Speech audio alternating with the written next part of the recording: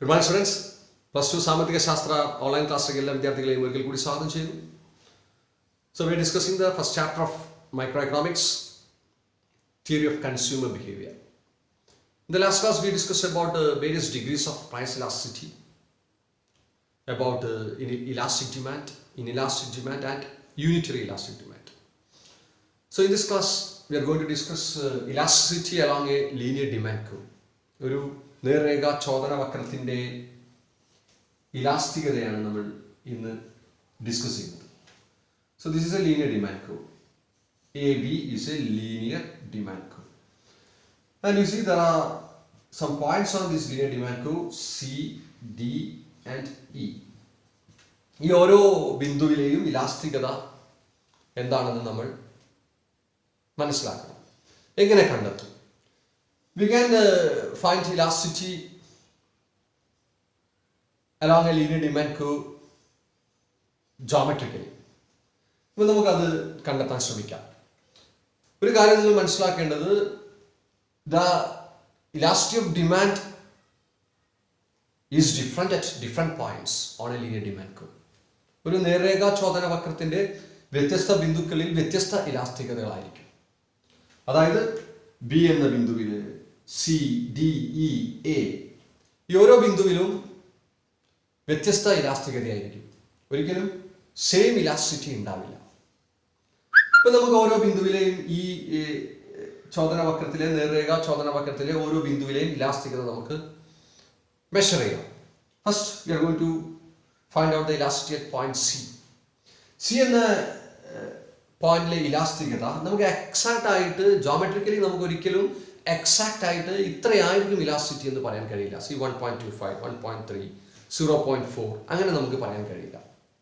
നമുക്ക് ഒന്നാണോ, ഒന്നിൽ കൂടുതലാണോ, ഒന്നിൽ കുറവാണോ എന്ന് മാത്രമേ പറയാൻ സാധിക്കുകയുള്ളൂ. അപ്പോൾ സി എന്ന ബിന്ദുവിലെ ഇലാസ്തികത ഞാൻ പറയുന്നു, it will be greater than 1. Okay, so in the case of E it will be less than 1, and in the case of D it will be equal to 1. So in the case of A, elasticity will be 0, and in the case of B the elasticity will be infinite. അപ്പോൾ നമുക്ക് എങ്ങനെ ഈ ഒരു ഇലാസ്തികത ഓരോ ബിന്ദുവിലെയും നമുക്ക് എങ്ങനെ മനസ്സിലായി, അതാണ് ഞാൻ ഇനി പറയാൻ പോകുന്നത്. So in the case of C, we can say ED is greater than 1. In the case of point D, it is equal to 1. In the case of E, it is less than 1. And in the case of A, it is 0. And here, in the case of B, it is infinite. ഇപ്പോൾ നമ്മൾ ആദ്യം C എന്ന ബിന്ദുവിൽ എങ്ങനെയാണ് greater than 1 ആണ് ഇലാസ്തികത എന്ന് മനസ്സിലാക്കിയത്. സി ജോമെട്രിക്കലിയാണ് നമ്മളിത് മെഷർ ചെയ്യുന്നത്. അപ്പം സി എന്ന ബിന്ദുവിലെ ഇലാസ്തികത നമ്മൾ കണ്ടെത്തിയത് എങ്ങനെയാണ്? It is C A by C B. അപ്പോൾ സി എന്ന ബിന്ദുവിലെ ഇലാസ്തികത കണ്ടെത്തിയത് നമ്മൾ എങ്ങനെയാണ്? C A by C B. അപ്പം നമുക്കിങ്ങനെ പറയാം, the elasticity of demand at any point on a linear demand curve is the ratio of the lower segment of the demand curve and the upper segment of the demand curve at that point. ഒരു പ്രത്യേക ബിന്ദുവിലെ ഇലാസ്തികത എന്ന് പറഞ്ഞു കഴിഞ്ഞാൽ ആ ബിന്ദുവുമായി ബന്ധപ്പെട്ട് കിടക്കുന്ന ചോദന വക്രത്തിന്റെ താഴത്തെ ഭാഗവും, ദാറ്റ് ഈസ് സി എ, മുകളിലത്തെ ഭാഗവും, ദാറ്റ് ഈസ് സി ബി തമ്മിലുള്ള അനുപാതമായിരിക്കും. ഓക്കെ, അങ്ങനെയാണ് നമുക്ക് സിയിലെ ഇലാസ്തികത ഗ്രേറ്റർ ദാൻ 1 എന്ന് കിട്ടിയത്. അതായത് C A by C B. C A is, this is the C A portion and this is the C B portion. അപ്പം നമുക്ക് പറയാം it is greater than 1. ഇനി ഇ എന്ന ബിന്ദുവിൽ എന്തായിരിക്കും? നമുക്ക് കണ്ടെത്തി ED is less than 1. എങ്ങനെയാണ് നമുക്കത് മനസ്സിലായത്? ഇറ്റ് ഈസ് ഈ ഒരു ഇവിടെ പറഞ്ഞിരിക്കുന്ന കാര്യം തന്നെ നമ്മൾ ഇവിടെ മനസ്സിലാക്കുക. It is the ratio of the lower segment of the demand curve. E എന്ന ബിന്ദുവുമായി ബന്ധപ്പെട്ട് കിടക്കുന്ന ചോദന വക്രത്തിന്റെ താഴത്തെ ഭാഗം എന്ന് പറയുന്നത് ഇ എ ബൈ മുകളിലെ ഭാഗം എന്ന് പറയുന്നത് E B. So E A by E B, E A by E B. Then എന്തായിരിക്കും അത്? It will be less than 1. അപ്പം ലെസ് ദാൻ 1 ആയിരിക്കും. ഇവിടെ C A by C B എന്ന് പറഞ്ഞാൽ ഗ്രേറ്റർ ദാൻ 1. അതുകൊണ്ടാണ് C E D is greater than 1. ഇവിടെ E A by E B is E D less than 1 ആയിരിക്കും. ഇനി ഡി എന്ന ബിന്ദുവിലെ ഇലാസ്തികത എന്തായിരിക്കും? C, it is the ratio of the lower segment of the demand curve at point D. D എന്ന ബിന്ദുവുമായി ബന്ധപ്പെട്ട് കിടക്കുന്ന ചോദന വക്രത്തിന്റെ താഴത്തെ ഭാഗം, that is D A by D എന്ന ബിന്ദുവുമായി ബന്ധപ്പെട്ട് കിടക്കുന്ന ചോദന വക്രത്തിന്റെ മുകളിലത്തെ ഭാഗം, that is D B. So D A by D B it is equal to 1. നോക്കൂ, ഇത് മിഡ് പോയിന്റ് ആണ്. This is the mid point of the demand curve. അതുകൊണ്ടാണ് D A by D B അതെന്തായിരിക്കും? ഈക്വൽ ടു 1 ആയിരിക്കും. Okay. ഇനി A എന്നത് point. A എന്ന പോയിന്റിന്റെ പ്രത്യേകത, the demand curve cuts the horizontal axis. Horizontal ആക്സിസുമായി ജോയിൻ ചെയ്യുന്ന പോയിന്റ് ആണ് എ. അവിടെ ചോദനത്തിന്റെ ഇലാസ്തികത എന്ന് പറയുന്നത് എന്തായിരിക്കും? 0 ആയിരിക്കും. Okay. And in the case of the point where the demand curve joins the vertical axis, vertical ആക്സിസുമായി ജോയിൻ ചെയ്യുന്ന ഡിമാൻഡ് കർവ് ജോയിൻ ചെയ്യുന്ന ബിന്ദു, അതായത് ഇവിടെ ബിയിലെ ഡിമാൻഡ് കർവ്, ബിയിലെ ചോദന ഇലാസ്തികത എന്തായിരിക്കും? ഇൻഫിനിറ്റ് ആയിരിക്കും, അനന്തമായിരിക്കും. ഇപ്പൊ നമ്മൾ ഇവിടെ ഓരോ പോയിന്റിലെയും സ്ട്രേറ്റ് ലൈൻ ഡിമാൻഡ് കർവിന്റെ ഓരോ ബിന്ദുവിലെയും